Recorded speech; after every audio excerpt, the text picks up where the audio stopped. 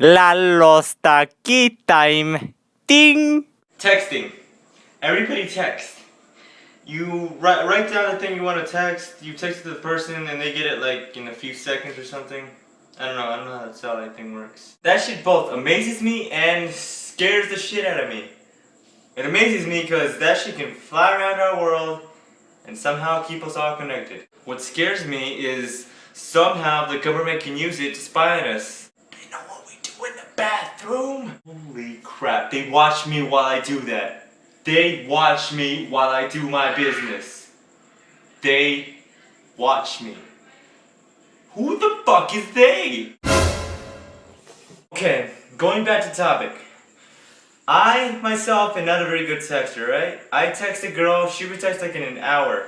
I text a guy, they reply like in 5 seconds or so. I can't win in texting, alright?